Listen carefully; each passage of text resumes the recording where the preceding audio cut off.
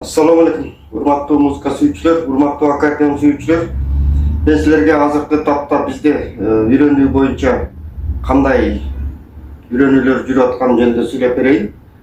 Бизде көбүнчө жаңыдан аккордеон кармап кызыгып жүргөндөр келет. Ошол жаңы кызыгып жүргөндөрдүн мындайча айтканда аккордеон үйрөнүүнүн биринчи этабын көрсөтүп берейин да. Ал эми орто деңгээлдегилер жана жогорку деңгээлдегилер эми буга көңүл бурбай деле койсоңор болот. Себеп дегенде бул алгачкы кадам аттап аткан биринчи класстар үчүн десек туура болот да. Аккордеон жаңы кызыгып жаңы үйрөнүп аткандар бизге келет да. Көбүнчө мисалы эгерде муну аккордеондо элестетсек, бул жакта аккордеон деп оң жагы да элестете турган болсок, мисалы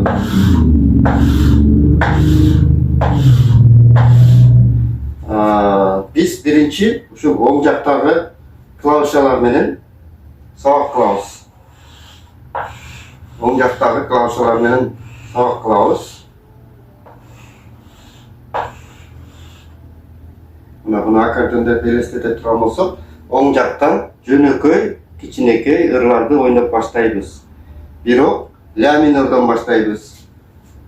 Бул жердеги ля эң биринчи үйрөнүп аткандар үчүн ля минордон баштайбыз. Себеп дегенде ля деген нота түп-түз гаммасы түп-түз клавишалар менен кетет. Мындайча айтканда, жөнөкөй тил менен айтканда, үйрөнүүгө эң оңой болгондуктан биз ля минорду тандайбыз. Ал эми сол тараптан майда клавиша бас тараптан деле ушул эле ля минорду тандайбыз. Мисалга эле мындай 4 точка кылып койдум. Эми 6 точка кылыш керек эле, бирок мен кыскартып көрсөтүп атам. Бул экинчи катардан могу жактан келип туруп ляны табабыз да. Мисалы ар бир аккордеондо ар кандай болот. Эгерде курска катышам десеңер мен көрсөтүп берем. Чоң аккордеондуку кайсы жерде, чакан аккордеондуку кайсы жерде.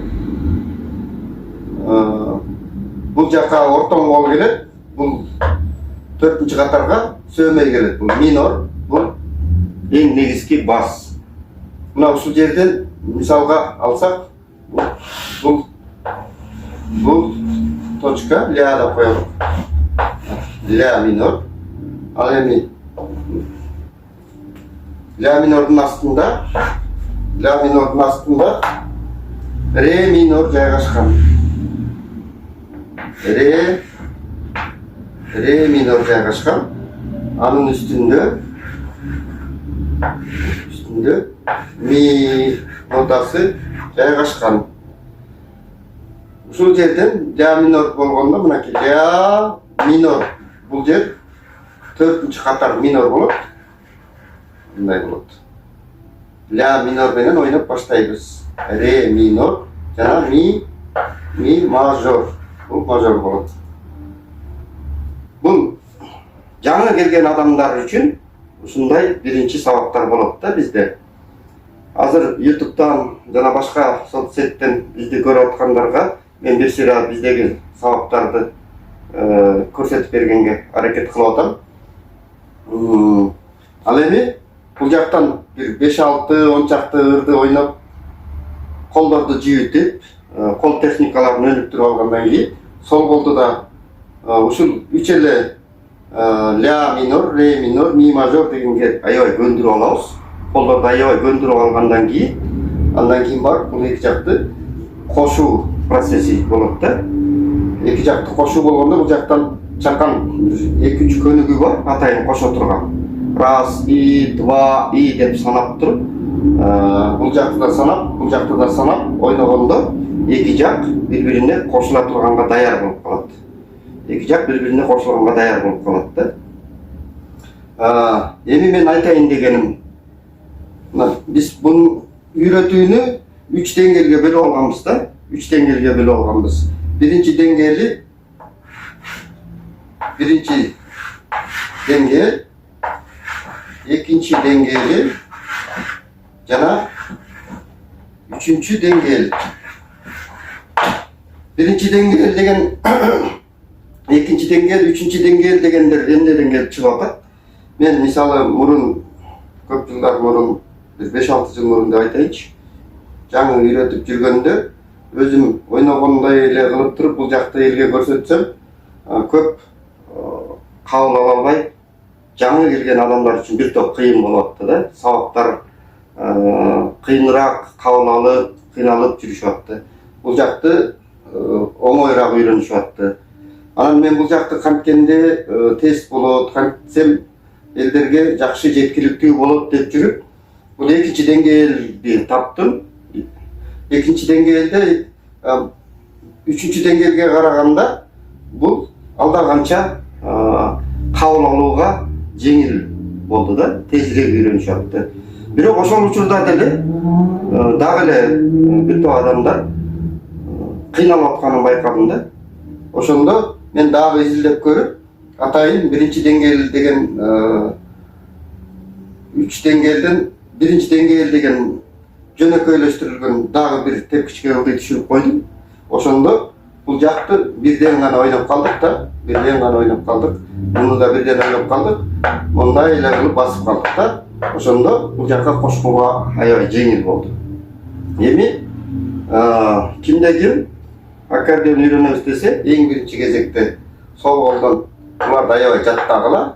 Мына ля минор, ре минор, сол колдон сөймөй келип, ля минор, раз, и, два, и, ре минор, раз, и, два, и, жана ми мажор, раз, и, два, и деп, ушул 3 нотанын негизинде, 3 аккордтун негизинде колдорду аябай жакшы таптап, ийге келтирип, даярдап койсоңор, андан кийин бияктагы ырларга, көп ырларга салып ойной берсе болот. Биринчи деңгээл менен эле жүздөгөн ырды ойносоңор болот.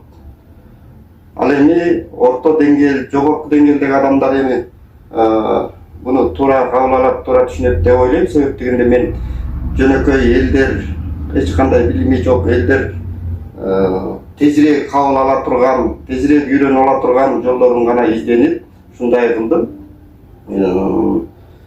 Андан кийин барып, буну жакшы ойноп калгандан кийин ошол эле ырларды кайра экинчи деңгээлге көтөрүп кетсек болот да. Ошо курстагылар ошондой тепкич менен иштеп атабыз. Экинчи деңгээл менен эле ошол эле 20-30 40-50 ырды бардыгы сонун болуп калгандан кийин, колдор аябай бышып калгандан кийин музыкалык түшүнүк, музыкалык билим, музыкалык баягы кругозор жакшы болуп калат. Ошондон кийин барып биз уже 3-чү деңгээлге өтсөк туура болуп атат да. Себеп дегенде көп нерсе даяр болуп калган болот да. Биз мурун кыйналганда бисмилла дегенде 3-чү деңгээл менен баштап алып, бир топ кыйналчубыз да. Ошон үчүн мен жанагы YouTube'да башка каналдардан көрүп атасыздар, мындай жукуну, жөнөкөй, абдан эле жөнөкөй кылып көрсөтүп бергенге аракет кылып атам да. Аны кээ бир адамдар эми кээ бир мыкты билген адамдар мындай кылып көрсөтпө, мындай кылып үйрөтпө, болбой калат деген комментарийлер кездешип калат. Бирок ошол адамдарга кайрылат элем. Мен элге ар кандай жаштагы адамдарга жеткиликтүү болсун деп аракет кылып атам да.